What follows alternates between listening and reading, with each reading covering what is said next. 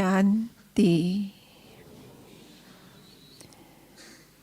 ज्ञान सूर्य परमात्मा के हर ज्ञान बिंदु को बहुत सहज रीति से और बहुत सरल भाषा में प्रस्तुत करने वाले हमारे मास्टर ज्ञान सूर्य आदरणीय राजयोगी भ्राता सूर्य जी हम सबके बीच में विराजमान हैं।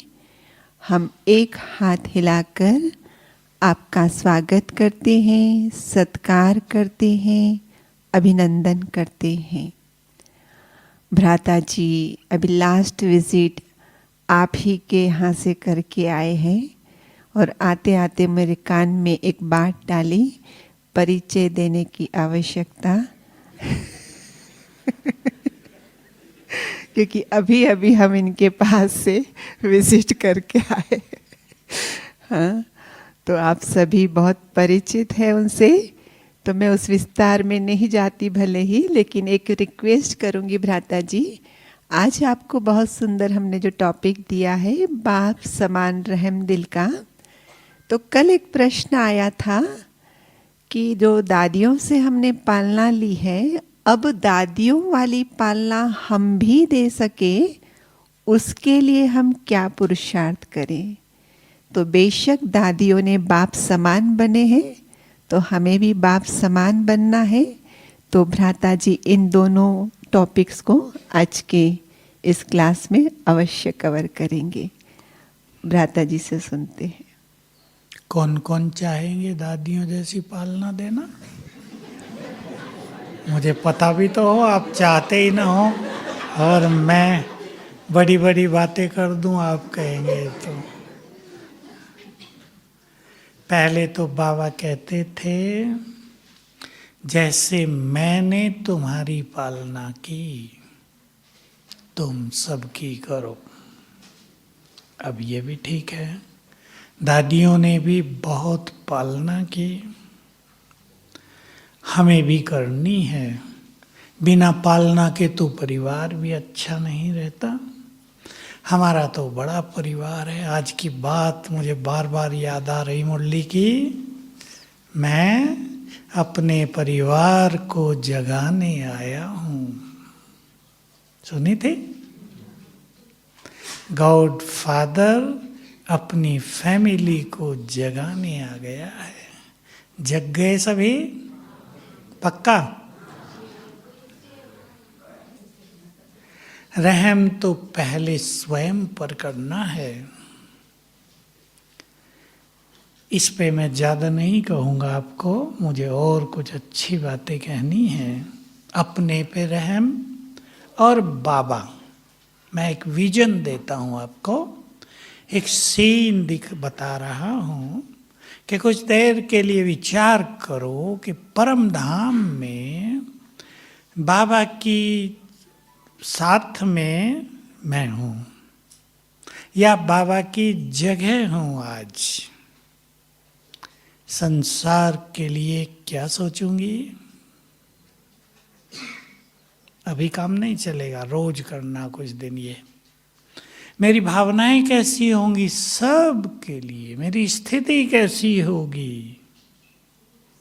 बहुत सुंदर ये विषय है। मैं कभी किया करता था यहाँ के बचपन में अपने मधुबन में। मैं तो हंसी करता था बाबा से, क्योंकि मेरा एक नाता बहुत सुंदर जुड़ गया था, फ्रेंड्स का, फ्रेंडशिप। मैं पहुंचा ऊपर, बाबा को कहा आप तो बहुत समय से यहाँ बैठे हो, जरा मुझे बैठने दो, इधर को हो जाओ। और मैं बैठ गया उनकी जगह, और अब मुझे सोचना था कि क्या क्या करना है मुझे यहाँ बैठ के। तो बहुत सुंदर चिंतन होता था, बहुत सुंदर अपने में चेंजेज होती थी। तो बाबा समान हमें रहमदिल बनना है। किसी का दुख वो देख नहीं सकता, भक्तों का भी नहीं, पापियों का भी नहीं। ज्ञान सागर है, उसे पता है ये इनके पापों का फल है, फिर भी अपनी ओर से वाइब्रेशंस देता है सबको, इन्हें सद्बुद्धि हो और ये पाप से मुक्त हो जाए। ये एक बहुत सुंदर चिंतन का विषय है कि जो बाबा ऊपर बैठ के सोचता है वो नीचे बैठकर हम भी सोचें। परम धाम में सोच नहीं होता, पर अब ब्रह्मा के तन में सूक्ष्म वतन में है। क्या सोचते हैं दोनों वहां बैठकर जिन्हें युग बदलना है, संसार को बदलना है, महाविनाश होना है। सब आत्माओं को कष्ट भी बहुत होगा, सबको पावन भी उसे बनाना है, कर्मों का हिसाब भी चुकतू कराना है, वापिस ले जाना है। वो क्या क्या सोचते होंगे वहां बैठकर, नीचे वालों के लिए चिंतन करेंगे। मैं एक बात आज सबको पक्की कराना चाहता हूं, कर लेंगे ना, काम की है बात बहुत, और केवल एक संकल्प का ही खेल होता है। कुछ भी हो जाए मुझे अपनी स्थिति को बिगाड़ना नहीं है। लिख लो और लिख के ऐसी जगह रख देना कि रोज एक नजर चली जाए।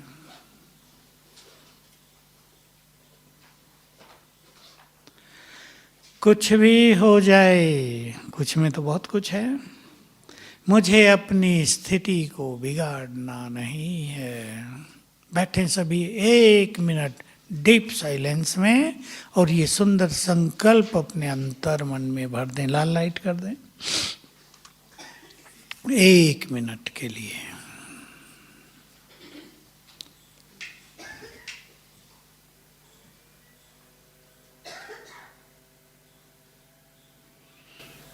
ओम शांति। स्थिति नहीं बिगड़ेगी तो क्या होगा? सुना है सभी ने, मैं तो बार बार सुनाता हूं ताकि मुझे भी याद रहे। परिस्थितियां आप पे ही बदल जाएंगी। मुझे ये बात जब से बाबा की मिली थी, मैंने इस पे अच्छा काम किया और बिल्कुल यही पाया। स्थिति न बिगाड़ें, परिस्थिति बदल जाती है, चाहे कुछ भी हो। परिस्थिति तो भयानक भयानक आती है, इसमें कोई संदेह नहीं। अचानक मृत्यु सबसे बड़ा पेपर है। शुरू हो गया है कोरोना, उसके बाद अब भी अचानक मृत्यु होती है। अभी तो थे, गए थे, कल सुना रही कोई माता जी लड़के से बात कर रही, फोन किया लड़के ने, मैं आ रहा हूँ मम्मी, रास्ते में हूँ, और आया ही नहीं, एक्सीडेंट। तो बड़ी बात होती है। परिस्थितियों में स्थिति न हिले, इसके लिए ज्ञान की भी स्मृति बहुत चाहिए और योग का बल भी। पालना तो हम सबको दूसरों की करनी है, क्योंकि हम कौन हैं? पूर्वज। इस देव देवी भी हैं, पूर्वज भी हैं, बाप समान भी हैं। बाप समान बनना है वो तो लंबी यात्रा है, लेकिन अपने को ये फीलिंग दे मैं बाप समान हूँ। जैसे लौकिक में आप सभी के पास जब बच्चे आए तो आपकी टोटल मेंटलिटी बदल गई थी। हो सकता है आपने इस चीज को रीड न किया हो, पर साइकोलॉजी यही है। बाप बनते ही, माँ बनते ही बहुत कुछ बदल जाता है। पालना का संस्कार जागृत हुआ, माताओं में हुआ या नहीं? बच्चा कैसा भी हो, माँ को तो उसको प्यार देना ही है। वो कितना भी तंग करता हो, उसे सुलाना ही है। खुद जगना है, उसे सुलाना है। पालना के संस्कार आ गए। मैंने तो जब से मैं मधुबन में आया तब से दादी जी यहाँ आई थी, प्रकाश मणि, और उनकी देखी व्यवहार, पालना। अब मुझे तो अभी कहा है तो जो कुछ मुझे याद आता है मैं आपके सामने रखता हूँ। दादी को एक बहुत सुंदर संकल्प रहता था सुनेंगे नहीं, कर लेंगे बस अभी से। मेरा ये परिवार है। इसी हॉल में अनेक बार, कम से कम 10 बार दादी से हम लोगों ने क्वेश्चन आंसर किया था। छोटा सा परिवार, आधे से भी कम में बैठे होते थे। दादी से अलग अलग प्रश्न पूछते थे, मैं ज़्यादा पूछता था। तो मैंने पूछा, दादी जी आप चीफ हैं ब्रह्मा कुमारीज की, आपको कैसा कैसा रहता है? ये तो नहीं पूछते थे अभिमान होता है क्या? अभिमान तो था ही नहीं उनमें, ये तो हम सब देखते थे।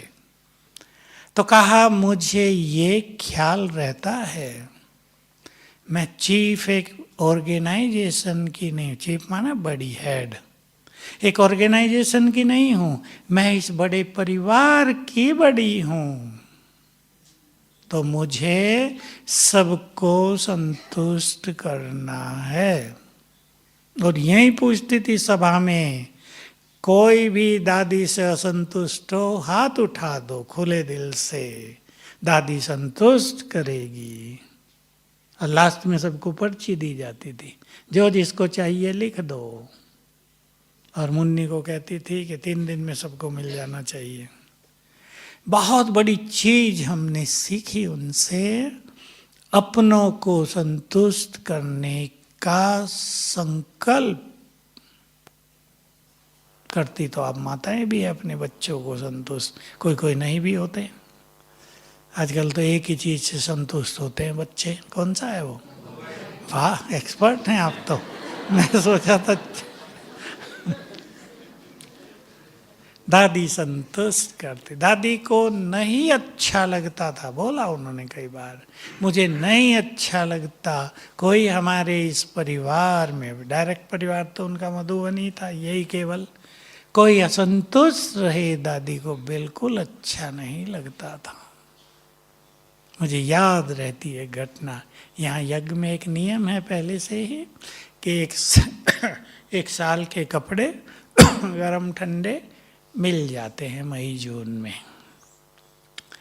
तो आप जानते हैं संगठन में 1-2 तो ऐसे होते ही हैं। कैसे होते हैं आप जानते हैं, वो मैं ना बोलूं। तो एक भाई नाराज हो गया कपड़े लेने में, वो कुछ ज़्यादा मांग रहे थे। नॉर्मल एक नियम बना हुआ, भाई 6-6 ड्रेस, बनियान का 6-6 कुर्ते पजामे, ये सबको मिलते हैं। बाकी रुमाल, जुराब और गर्म कपड़े लोग लिखते हैं। वह संतुष्ट। तो दादी यहाँ, दादी का यहाँ रूम था जहाँ बाबा का ऑफिस था, देखा है ना, ईसु दादी बैठते, वहाँ मैं भी था और आगे था। अब वो खाना खा के जा रहा है वहाँ से, अब वो असंतुष्ट है। दादी ने उसको 3 आवाज दी, आओ, बड़े प्यार से। उसने ऐसे किया और चल दिया। और मैं देख रहा, और भी 1-2, हमने भी दादी को कहा छोड़ो ना दादी, आप ही आ जाएगा। क्योंकि हम में संस्कार था रूठे हुओं को नहीं मनाना है, रूठे रहो, आप ही मान जाएंगे। लेकिन दादी से सीखा मना भी लेना चाहिए, माताएं मनाती है ना अपने बच्चों को। तो एक बहुत बड़ी पालना का संस्कार। हम तब से यज्ञ में हैं जब यज्ञ अति साधारण था, बेगरी पार्ट से भी निकल ही रहा था। तो भी दादी खिलाने पिलाने में कोई कंजूसी नहीं। हर सोमवार को क्लास की टोली देसी घी का हलवाई बनता था। और क्या करती दादी, अब मुझे क्लास से उठना पड़ता था, फटाफट मैं ही करता था सारा काम उन दिनों। मान लो 100-125 लोग हैं, आके 15-20 मिनट में हलवा तैयार, और वहीं हमें दादी को कटोरियों में भर के देना है, और दादी को एक एक को देना है गरम गरम। हंसी मजाक भी करते थे, खाओ दादी के सामने 1 चम्मच, अब वो इतना गर्म है खा ही नहीं सकते। बहुत रमणीकता, दूसरों को समझना, दूसरों की योग्यताओं को यूज करना, ये बहुत बड़ी क्वालिटी थी। अब मैं कोई बड़ा थोड़ा ही था, हम तो भोजन बनाने वाले। भोजन बनाने वालों को क्या समझते हैं लोग, पता है ना, सबसे छोटे आदमी। लेकिन दादी हमें देखती थी, क्योंकि दादी रोज 5 बार किचन में आती थी। किचन ऊपर ही था, यहाँ जहाँ टेलीफोन एक्सचेंज है ना, इसके आगे के 2 रूम और ये। दादी हमें देखती थी। 72 की बात है, अभी हमें 4था साल चल रहा था। 3 विदेशी आ गए। अब मैं इंग्लिश मुरली टाइप किया करता था। मुझे कहा, सूर्य सुनो, ये जो 3 आए हैं ना, इनको मुरली ट्रांसलेट करके रिवाइज करानी, क्योंकि तब तो अंग्रेजी यहाँ थी नहीं ना, रिवाइज करानी। जैसा मेरा संस्कार था, हाँ दादी, अब इंग्लिश भूल गए थे। सच्ची बात ये, भाटवाना क्या ये भी नहीं पता था। समझ गए ना? इतना ज़्यादा कंसंट्रेट किया था अपने पुरुषार्थ पे कि पढ़ाई लिखाई पूरी तरह विस्मृत। लेकिन जैसे मैंने कहा हाँ दादी जी, वो जैसे जागृत हो गई। वहाँ से शुरू हुआ। हमें भाषण करना सिखाया, मुझे ही नहीं, सबको चांस दिए। फिर कोई सीख गए, कोई नहीं सीखे।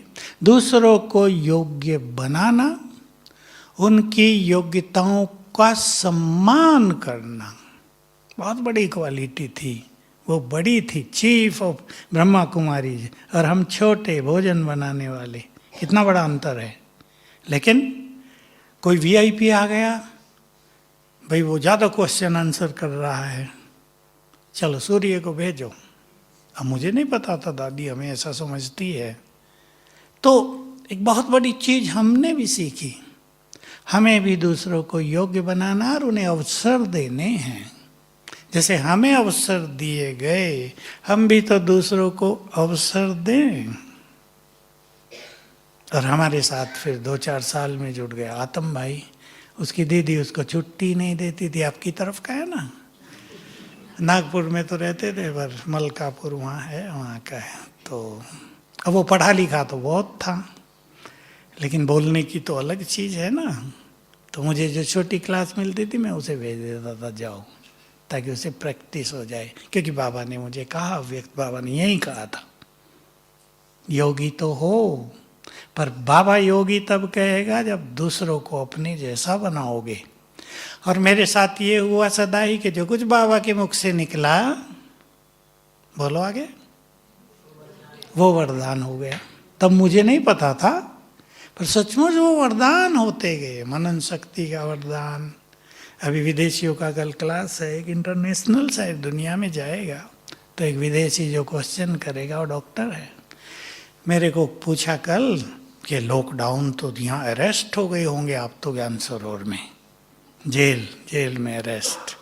मैंने कहा नहीं, मुझे तो रोज 3-4 क्लास करानी होती थी, और था ही वही, हम तो बहुत बिजी हो गए थे। कहा टेंशन नहीं होती थी क्या? कहा मुझे तो 3 मास में 1 करानी होती है, उसकी टेंशन रहती है। मैंने कहा नहीं, बाबा का ये वरदान था। मुझे तो केवल 3 मिनट चाहिए कोई भी क्लास कराने से पहले, बस। तो ये बाबा के वरदान। तो मैंने दादी से बहुत कुछ सीखा। एक बहुत बड़ी चीज़ जो मुझे याद रहती है, एक बार यहाँ ब्रह्मा भोजन था, ऊपर जो हॉल है डाइनिंग हॉल वो बन गया था। दादी यहाँ सबके साथ बैठ के खाती थी। जैसे आप लोग आए हैं तो एक बार सबके साथ बैठेंगी दादी दीदी और भोजन करेंगे। उसको ब्रह्मा भोजन कहते थे, स्पेशल। तो कई चीज़ें बनती थी। तो मेरे साथ एक और था, सिंधियों में एक फेमस चीज़ है, लौकी और चने की दाल मिक्स करके बनाते हैं। तो मैं उसमें मसाले डालना भूल गया, काम काफ़ी था। अभी दादी आई खाना खा के, हम किचन में ही थे, और मुझे वो बात इतने सुंदर ढंग से कही कि फीलिंग 1% ना हो। नहीं तो लोग डांटेंगे ना, क्या करते हो, ध्यान नहीं दिया भोजन। कई बातें कही जा सकती है, वो मालिक थे, कुछ भी कह सकते थे। लेकिन इतने सुंदर ढंग से कि उनके प्यार की छाप हम पर पड़ गई। मुझे याद आ, बात तो ठीक है, तो भूल ही गए हम। तो ये चीज़ें सीखने को रही, बहुत अच्छी तरह से सीखने को मिल गई उनसे। टैलेंट्स को कैसे यूज करती है, मैं आपको वो एक अनुभव सुना रहा हूँ मेरा, जहाँ से मेरी सबसे ज़्यादा उन्नति हुई।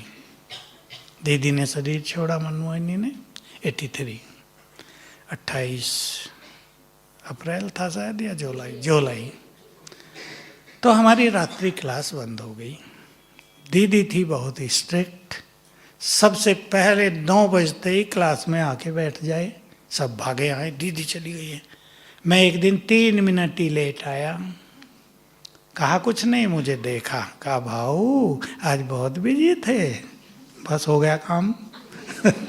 ये नहीं कहा कि लेट क्यों आ रहे, 3 ही मिनट लेट। उस दिन से उनसे पहले हम पहुंच जाते थे। तो बड़ी रेगुलर थी क्लास हमारी रात्रि की। दीदी जाने के बाद 1 साल कोई क्लास नहीं, कोई आए नहीं। दादी को अच्छा न लगे, रेडियो होती थी उन दिनों, कोई लोग रेडियो सुन के सो रहे हैं कुछ, तो क्लास चालू करने का किया दादी ने, किसी से नहीं हुई। 5-7 लोग आते थे, क्योंकि क्लास इंटरेस्टिंग हो तो लोग आते हैं ना। केवल समाचार सुनाए जाते थे क्लासेज में, सेवा समाचार जो बाहर से पत्र आते थे।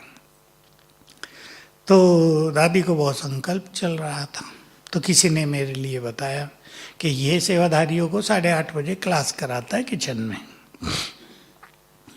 अब ये एक शिकायत की तरह भी थी और इन्फॉर्मेशन भी थी। दादी ने मुझे बुलाया।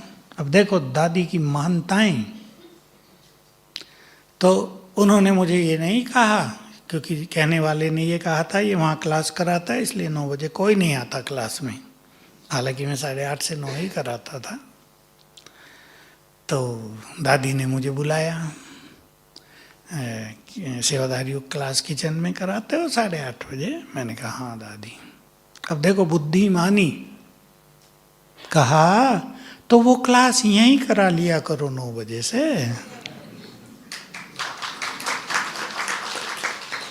मैंने कहा ठीक है दादी। और ये जो बात थी ये मेरे लिए इतनी जबरदस्त रही जीवन में। मैं भी आज सोचता हूँ ये प्रभु जी ने क्या भाग्य दिया था मुझे। शिकायतकर्ता ने निगेटिव रूप से शिकायत की और मेरा हो गया महाकल्याण, कल्याण नहीं। तो अगले दिन जो मैं क्लास कराने आया तो सबसे पहले इधर सोफे पे दादी जी बैठी थी, उमंग बढ़ाने के लिए। 3 दिन तक आई वो। तो मेरे पास क्लास का सीधा सा साधन था, जो मुरली सवेरे चली, थोड़ी सी रिपीट करा के 5-7 मिनट उसको एक्सप्लेन कर देना। लोग आने लगे, पांडवन वाले आने लगे, क्लास रौनक हो गई। फिर मुझे कहा सूर्य दादी तो देखो बिजी रहती है। अरे मैं कहा दादी आप क्यों आती हो, आप ना आया करो, मैं कराऊंगा, अब आप निश्चिंत हो जाओ। तो दादियाँ स्पीकर पे भोजन करते हुए डेली वो क्लास सुने, 4-5 बहनें। तो इससे समझ सकते हैं क्या हुआ। और मैं डेली कराऊं रात को, तो एक बहुत अच्छा चांस मिला। और मैं यही सोचता था कि दादी के द्वारा बाबा ने मुझे वरदान दे दिए हैं। तो दादी बहुत प्यार करती थी, फिर प्यार ही नहीं सम्मान करती थी। तो मैं आपको कह रहा था दूसरों के छोटों के टैलेंट्स को सम्मान देना, टैलेंट माना योग्यताएं, और उन्हें यूज करना। सोच लें सभी ये पालना हम करेंगे सबकी, चाहे आपके घर में बच्चे हैं या सेवाओं में बहनें हैं, सभी एक दूसरे को आगे बढ़ाना, उन्हें सिखाना। ये सोचने की जरूरत नहीं मेरा क्या होगा। अब दादी ने थोड़ा ही सोचा होगा इसका नाम हो जाएगा, मेरा क्या होगा, सोचा होगा क्या ये। हालांकि मेरा नाम बहुत हुआ उससे, उसी से मुझे ये क्लास मिली जो बाबा से पहले कराते, तब से ही कम से कम 35 साल हो गए होंगे। तो दूसरों को बढ़ाने वाले तो आगे होते ही हैं, तभी तो वो दूसरों को बढ़ाएंगे। इसलिए हमें ऐसी पालना सबको देनी है। अब कुछ स्थूल हैं, दूसरी ये सूक्ष्म कही, और इससे भी सूक्ष्म वाइब्रेशंस के द्वारा सबकी पालना करनी है। वाइब्रेशंस की पालना, ऐसा अच्छा देते चलना है। मुझे संडे था ना अभी 2-3 दिन पहले, 3 दिन, उसमें एक बात बहुत अच्छी लगी थी।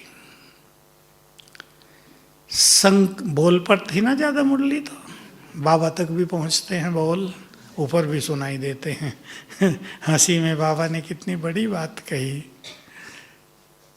तो बाबा ने कहा कि अनेक बच्चे संकल्पों की शक्ति को यूज नहीं करते हैं। ये बहुत गहरी बात है। माताएं अपने घरों में ध्यान दें। कोई बच्चा ठीक से पढ़ नहीं रहा, मोबाइल पे लगा रहता है, अब आप उसे बार बार कहेंगे पढ़ो पढ़ो पढ़ो, ये अच्छा नहीं, और आपको चिंता लग गई, ये मोबाइल पे लगा रहता है, इसका क्या होगा। लेकिन अब आप अच्छे संकल्पों का प्रयोग करें। ये बहुत बुद्धिमान बच्चा है, ये ठीक हो जाएगा, ये समझदार हो जाएगा। ये संकल्प। कहीं कोई काम बिगाड़ रहा है, किसी को गुस्सा आता है, कोई घर में अशांति करता है, हम परेशान हो जाते हैं ना, अब इसका क्या करें, ये तो सुधरने वाले नहीं हैं। ये संकल्प हमने कर दिया ना, ये सुधरने वाले नहीं हैं। बाबा इसको कहते थे तुमने स्टैंप लगा दी, अगर वो सुधरना भी चाहते हो तो तुम उसे सुधरने नहीं दोगे। अब तो अपने संकल्पों का अच्छा प्रयोग करें, ये दूसरों की बहुत अच्छी पालना होगी। दादी जानकी से भी सीखा, वो बहुत रही, पहले ही रही। बाबा जब अव्यक्त हुए तो दादी जानकी भी यहाँ 4-4 मास रहती थी। उनका वैसे ही मन नहीं लगता था कहीं मधुबन के सिवाय। भेजा जाता था सेवाओं में, आधे मन से जाती थी, फिर माँ तो सेवाओं में जोर भर देती थी, लेकिन चाहती थी मैं यहीं रहूं। तो बहुत अच्छी पालना दी, सबको प्यार बहुत दिया। जब तक दीदी दादी यहाँ थी, जो बहनें पुराने समय की हैं वो जानती होंगी, हर व्यक्ति जो अनुभव सुनाएगा, छोटा परिवार था ना, तो जाने से पहले हर एक को स्टेज पे बैठ के अनुभव सुनाना है। हर व्यक्ति सुनाएगा दीदी दादी का बहुत प्यार मिला। वो कैसे मिला वो तो वो जाने, किसी को सिर पे हाथ रख के पुचकार तो नहीं रहे थे, लेकिन बहुत प्यार की फीलिंग दोनों के द्वारा होती रही, इसलिए सेवाओं में बहुत वृद्धि हुई। बाबा ने भी पालना कैसे की, मुझे एक बात याद आ रही, वही सीन हमने दादी के साथ देखे। तो बाबा के पास भी कुछ आत्माएं ऐसी थी जो अच्छी नहीं होती थी, ये बोलेंगे हम सब। लेकिन बाबा हमेशा कहते थे, बाप अपने किसी बच्चे को घर से थोड़ा ही निकाल देगा, बच्चे हैं ना, ठीक हो जाएंगे। हालांकि कई ठीक हुए नहीं, लेकिन भावना ये थी ठीक हो जाएंगे। ऐसे शुभ संकल्प, और बाबा ने, ब्रह्मा बाबा ने उन सबको संभाला जिनको संसार में कोई नहीं संभाल सकता था। यज्ञ के प्रारंभ से ही 5 बच्चे ऐसे आए जो मेंटली बिल्कुल हाफ से भी कम थे।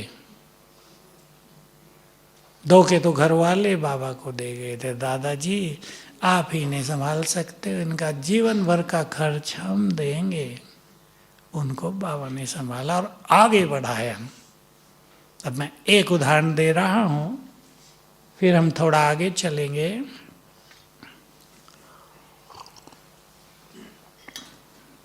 एक अर्जुन भाई हुआ करते थे, सीता दीदी तो जानती होगी, और भी कई जानते होंगे। अब वो भी बुद्धि से ऐसे ही थे। माँ उसके ज्ञान में आई, उसको भी ले आई थी। अभी बुद्धि तो बहुत कम थी, तो जब यहाँ आए ना पांडव भवन, अभी यहाँ ऐसा नहीं था पांडव भवन जैसा आज है। बाउंड्री लाइन जो है, बाहर की दीवार है ना अभी, तो वो 2-2 फुट की थी, उस पे 1 फुट तार लगी थी। भालू चीतों का ये जंगल था। सामने जहाँ ओम शांति भवन है वो केवल सोनी पहाड़ी थी, चारों ओर झाड़ियाँ थी। गेट थोड़ा बिल्कुल सिंपल, कोई भी कूद के आ जाए। तो बाबा ने क्या किया, जब मुरली चलाते थे ना बाबा क्लास के टाइम, उसको पहना दी पुलिस की ड्रेस। हाथ में दिया एक डंडा और एक सीटी और उसको कहा गेट पर बैठ जाना, कोई भी आए जाएगा देखेगा पुलिस वाला पहरा दे रहा है। और उसको सिखा दिया सलूट करना, बाबा आए सलूट करे बाकायदे। और उसको तो नशा चढ़ गया, मैं पुलिस वाला हूँ, खूब सेवा करें। जिसको कोई नहीं पूछता था उसको भगवान ने यूज कर लिया, ब्रह्मा बाबा ने अपने कार्यों में। कितनी बुद्धि थी उसको बताऊं आपको। बाबा ने चैलेंज किया हुआ था, जो इसको 100 तक की गिनती सिखा दे उसको चांदी का गिलास इनाम में मिलेगा। अब वो 22 तक तो गिन लेता था, 22 के बाद सीधा 25। मैंने बहुत कोशिश की सिखाने की, 23 होता ही नहीं था, 22 के बाद 25। अब बाद में उसे, अब मैं किचन में आ गया तो मेरी मदद के लिए दे दिया गया। गुस्सा उसको बहुत आता था, लोग छेड़ देते थे चलते फिरते भी। तो मैंने भी सीख लिया बाबा से कि अगर ब्रह्मा बाबा इसको संभाल सकता है, उसकी योग्यताओं को इतना यूज कर सकता है, तो हम भी इसकी योग्यताओं को यूज करेंगे। योग्यता क्या थी? जो जिम्मेदारी दे दी और उसकी समझ में आ गई, रात हो या दिन पूरा करेगा ही। तो अंगीठी जलती थी कोयले की, उसको सब सिखा दिया गया था। टाइम से पहले अंगीठी तैयार करके किचन में रख देता था। एक बात सुनाऊं बस, चाय बनानी होती थी मुझे शाम को 3:30 बजे। मैंने उसको बता दिया था 3 बजे तुम आना। 3 कैसे बजेंगे, बड़ी घड़ी थी, उसको सिखा दिया था। छोटी घड़ी यहाँ, छोटी सुई यहाँ होगी, बड़ी यहाँ, ये बज गए 3। तुम आ जाना और लकड़ी जला के इतना दूध इतना पानी मिला के बॉयल करके मुझे उठाना। अब वो राइट टाइम आए,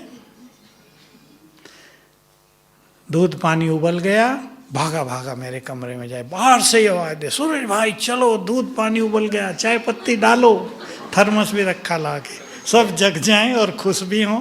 कितना एक्यूरेट है ये। तो देखो एक क्वालिटी थी उसमें, जिम्मेदारी जो उसको समझ में आ गई और दे दी गई, उसको संपूर्ण करना। बस बात यही थी कि उसको कोई छेड़े नहीं, छेड़ेगा तो वो छोड़ेगा नहीं।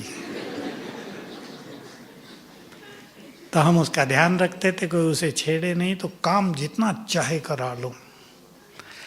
तो ऐसे बाबा ने और ब्रह्मा बाबा ने तो क्या पालना दी है। बेगरी पाठ की अगर आप बात सुनो तो समझ में आएगा, उससे ज़्यादा बुद्धिमान ब्रह्मा जैसा, और उससे ज़्यादा एक बल एक भरोसे रहने वाली आत्मा और कोई नहीं है इस संसार में। इसलिए उसका पहला नंबर है, कुछ भी नहीं। अगर आप बाबा का तब का फोटो देख लो ना, है वो फोटो स्लाइड्स बनी हुई हैं, तो आपको पता चलेगा कि क्या हाल हुआ होगा उस समय। और जिसके घर में 380 बच्चे खाने वाले हों, उस बाप का क्या होगा। लेकिन वो समझ रहे थे ये शिव बाबा परीक्षा ले रहा है, इसमें हमें फुल पास होना है, कराना है सबको। क्योंकि जब ये लोग आबू में आए तो यहाँ ठंड तो बहुत ज़्यादा होती है। इस बार भी आपने सुना होगा कहाँ तक पहुँची, -3 तो रोज ही रहने लगा।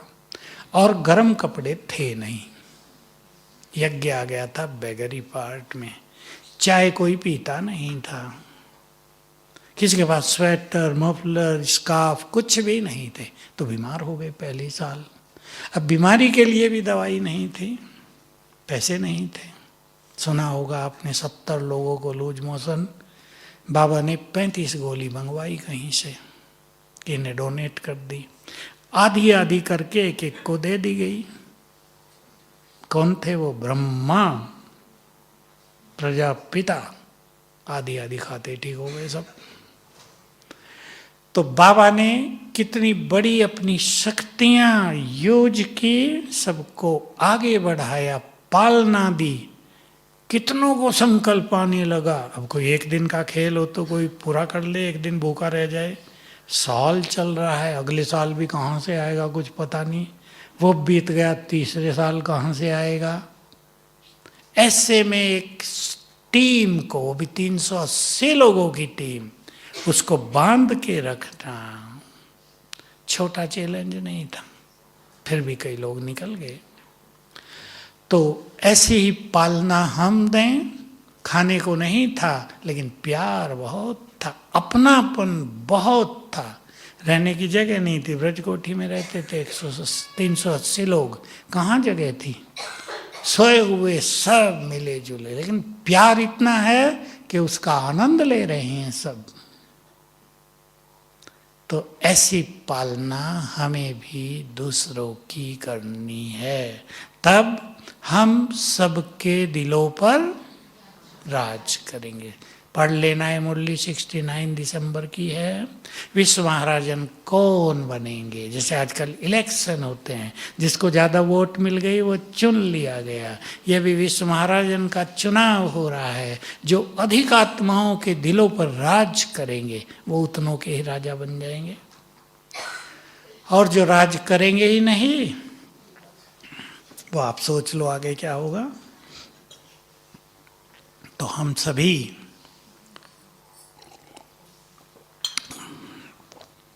अपने अपने पुरुषार्थ में जंप देंगे बहुत अच्छा। कैसा लग रहा मधुबन? है ना? यहां से कुछ एक दो अच्छी बात, कुछ एक दो अच्छा परिवर्तन खुद में करके जाना है। ये स्थान संसार का क्या कहेंगे, सबसे महान तीर्थ बनने वाला है, बनने वाला है। अभी जब नीचे से ऊपर तक पैदल ही इतने लोग चलेंगे कि वाहनों को चलने की जगह नहीं मिलेगी सड़क पे, महान तीर्थ रूप में प्रसिद्ध होगा। सारा संसार यहाँ भागेगा। मोदी जी ने कहा ना, हर देश से 500 आने चाहिए आपके पास। वो भी रह के गए ना यहाँ 3 दिन, इसलिए ज्ञान सरोवर में, उन्हें पता है। तो ऐसे सर्वश्रेष्ठ पावन स्थान पर हम सब हैं। मुझे तो याद है, मैं रात को 2 घंटे पहरा भी देता था उन दिनों। सबकी ड्यूटी 2-2 घंटे पहरे की भी होती थी। तो मैं झोंपड़ी से और शांति स्तंभ, तब शांति स्तंभ बन गया था, यहाँ घूमता था बहुत। तो रसिया के कुछ वैज्ञानिक आए थे जब रसिया की सेवा शुरू हुई। उन्होंने बताया कि ये जो आपकी पट्टी है, झोंपड़ी से शांति स्तंभ तक की सड़क बनाओ, इस पर संसार के सबसे अधिक पावरफुल वाइब्रेशंस हैं। वो जो मीटर लाए थे उसका कांटा जोर से टक्कर मार के टूट गया था, यहाँ के वाइब्रेशंस को रीड नहीं कर पाया था। तो ये वो स्थान है जहाँ यहाँ से और वहाँ ब्रह्मा जी के कदम रोज कितनी बार पड़े हैं ना। कल कोई मेरे से बात कर रहा था विदेशी, कि जैसे ही हमारा प्लेन भारत की भूमि के ऊपर आता है ना, वाइब्रेशंस बदल जाते हैं हमारे। मैंने उसको उत्तर दिया। अब मैं ये तो नहीं कहूँगा मैंने दिया, मेरे को भी ये उत्तर आता नहीं था। फिर मैं सोचा कितनी अच्छी बात मैंने कही उसको। मैंने तो नहीं कही है, मुझे पता है। यहाँ भगवान आए हैं हजारों बार, न जाने क्या क्या वाइब्रेशंस आकाश से और पाताल तक पहुंच गए हैं उसके। है नहीं ये सत्य बात? हम तो इतना ही देखते हैं ना, बाबा आया, मुरली चलाई, बड़ा मजा आया, शांति थी, प्रेम था। लेकिन वो सर्वशक्तिवान है, उसकी एनर्जी असीम है, उसके वाइब्रेशन सारे आकाश में, तारा मंडल, सूरज, चांद सब पर पहुंच गए हैं। उनके कारण ही अब इस प्रकृति में बहुत भयानक परिवर्तन होगा, जिसे महाविनाश कहा जाएगा। वो परिवर्तन है। ऐसे जो श्रेष्ठ योगी तपस्या करते हैं, उनके वाइब्रेशंस भी 10 दिशाओं में, जमीन में भी, आकाश में भी बहुत ज़्यादा प्रभाव डाल रहे हैं। इसलिए सबसे बड़ी सेवा है। तो सभी अपने अपने पुरुषार्थ का कुछ सुंदर प्लान करेंगे। यहाँ से केवल 3 पॉइंट प्लानिंग कर लेना, यहाँ कल तक जाने से पहले 3 पॉइंट में कोई पुरुषार्थ की प्लानिंग ये करेंगे। बहुत अच्छे चिंतन की जरूरत है। बहुत बहुत सुंदर समय पर हम आ खड़े हुए हैं। मुझे संगम युग के दिनों को कैसे बिताना है, चिंतन करना। उलझनों में, परिवार के झंझटों में, या उन्हें हल करते हुए योग कब कब कैसे कैसे कर लेना है, क्योंकि योग से ही सब कुछ ठीक होगा, उसके बिना नहीं। आज ही रुपेश भैया मेरे पास 4-5 फोन कराने, 2 के ऐसे ही थे, एक के बाद एक विघन, एक के बाद एक विघन लगातार आ रहे हैं, क्या करूं। मैंने कहा बहन जी ज्ञान में माता जी 18 साल से। मैंने कहा आप जानती है कर्मों का खेल चल रहा। कि हाँ जानती हूँ बहुत अच्छी तरह, पर इतने ज्यादा पाप किए हमने। अब मनुष्य का प्रश्न तो उठता है ना। तो बहुत अच्छे पुरुषार्थ की जरूरत है, क्योंकि संसार में जो अब ये भयावह परिवर्तन होंगे, ये छोटे नहीं होंगे, अच्छों को रुला देंगे। अब आप देख रहे हैं जो बाबा कहते थे, मनुष्य के मन में कुछ होता है और औरों की और ही भाई कुछ और होती रहेगी। सरकार ने कितने ऑक्सीजन प्लांट लगाए थे, डॉक्टर बैठे हैं, अब मुझे लगता है कोई काम ही नहीं आएगा, कुछ और होगा। फिर उसका इंतजाम किया जाएगा, फिर कुछ और होगा, और फिर कुछ ऐसा होने लगेगा कि सभी सरकारें कहेंगी बस भाई अब तो जो हो रहा है, कोई कुछ नहीं कर सकता। क्योंकि जिस दिन यहाँ भूकंप शुरू हो गए संसार में, वो केवल भारत में नहीं होंगे, सारे संसार में होंगे, उस दिन अति कष्ट होने लगेगा संसार को। इसलिए हम संसार को देने वाले बन जाएं, घटनाओं से स्थिति को बिगाड़ने वाले नहीं, देने वाले। ऐसा प्लान बना लेना है, कल तक ही बना लेना, और उस प्लान को रिवाइज करना रोज रोज। क्योंकि फिजिक्स में पढ़ाया जाता था कि गेंद को ऊपर फेंकना हो तो फोर्स देना पड़ेगा, और नीचे तो वो आप ही गिरेगी। पढ़ाया जाता था कि एक लोहे का भी जो टुकड़ा है ना, वो धीरे धीरे कम होता जा रहा है, भले ही उसमें वो तो कहते थे करोड़ों साल लगेंगे, वो खत्म हो जाएगा। हर चीज में गिरावट हो ही रही है। यहाँ से जब आप जाते हैं तो ढीलापन आना स्वाभाविक है। वहाँ की दुनिया आपकी अलग है, ये दुनिया अलग है। लेकिन अगर आप एक सिंपल प्लान बना लेंगे, कुछ अभ्यास करने का, तो गिरावट नहीं आएगी। और मैं आप सभी को 2 अभ्यास बता रहा हूँ जिनसे बहुत फायदा होगा। जिनका योग बिल्कुल नहीं लगता वो भी करेंगे। जिनको कुछ नहीं आता, मैं आत्मा हूं, ये मेरा शरीर है, इतना ही सारा दिन 100 बार कर जाओ, हर घंटे में 7-8 बार। मैं आत्मा हूं, ये मेरा शरीर है, ज्यादा कुछ नहीं। फिर 2-4 दिन में ही आपको बहुत अच्छी एकाग्रता जैसी होगी। फिर आत्मा के 7 गुणों के साथ ही अभ्यास कर लेना। भाई 1 घंटे में करना, मैं आत्मा ज्ञान का स्वरूप हूँ, लाइट हाउस हूँ, 8 बार कर लिया, मैं आत्मा लाइट हाउस हूँ। मान लो आप बीच बीच में भूल जाते हो तो 1 ही बार कर लो, 8 बार आदत पड़ जाएगी। दूसरे दिन ले लो, मैं आत्मा पीसफुल हूँ, शांत। तीसरे दिन ले लो, मैं आत्मा प्यार से भरपूर हूँ, प्रेम स्वरूप हूँ। चौथे दिन पवित्रता, शक्ति, सुख, आनंद। ऐसे आप ये मेहनत थोड़ा 1 मास कर लो, देखो योग कितना अच्छा लगता है। और बीच बीच में भी जब ऐसा हो जाए, क्योंकि पुरुषार्थ की एक गति ऐसी है, आपका बहुत अच्छा चलेगा, बीच में डाउन हो जाएगा। ये इफेक्ट्स होते हैं बहुत सारे, अपने अंदर के भी, बाहर के वाइब्रेशंस के भी, अपने पूर्व जन्मों के विकर्मों के कारण भी डाउन होती हैं चीजें। फिर 3 दिन ये अभ्यास कर लो, 3 दिन में फिर आनंद आ जाएगा। दूसरा, ऐसे ही स्वमान 10-12 स्वमान चुन लेना, उनके अभ्यास ऐसे ही करना। मैं प्रयोग कराता रहता हूँ, कई युवक आ जाते हैं, बिल्कुल योग नहीं लगता, व्यर्थ संकल्पों का तूफान चलता, आज भी था ना लास्ट में, व्यर्थ संकल्पों का तूफान चलता है, क्या करूं, दुखी हो गए हैं अपने व्यर्थ संकल्पों से।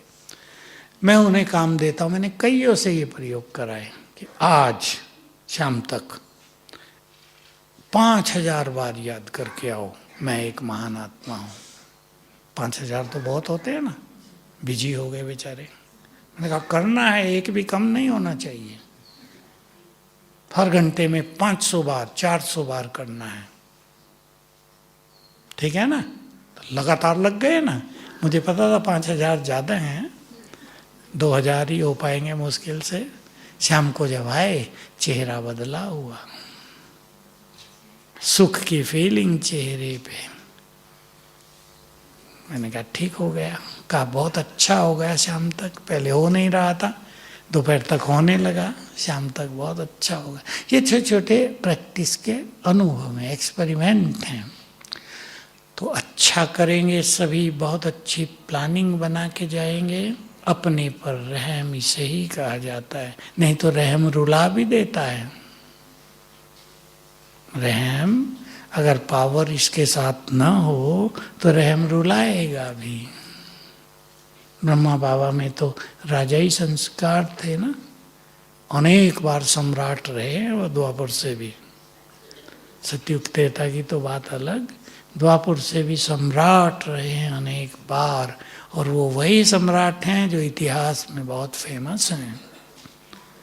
बाबा देखकर गरीबों को कहते थे, बाबा को संकल्प आता इन्हें भरपूर कर दूं, फिर सोचता हूँ अब इनके कर्मों का खेल तो इन्हें ही पूरा करना है, मैं एक चीज़ दे दूंगा फिर आ जाएंगे मेरे पास।